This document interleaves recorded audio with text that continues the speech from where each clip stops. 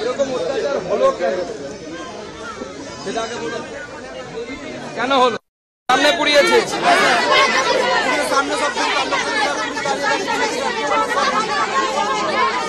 Police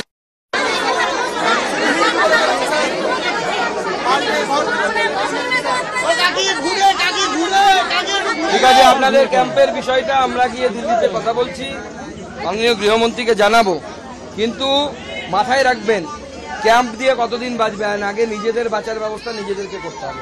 এই যে এত লোক এত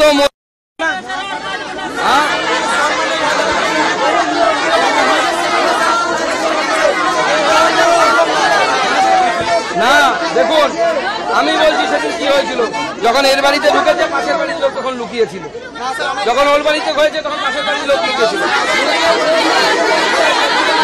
সবাই একসাথে হয়েছিলেন।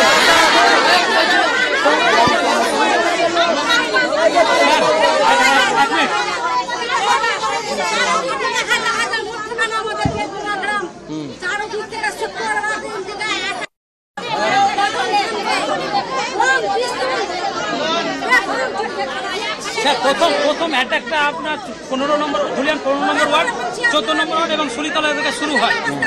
আমাদের বেদবনা লোক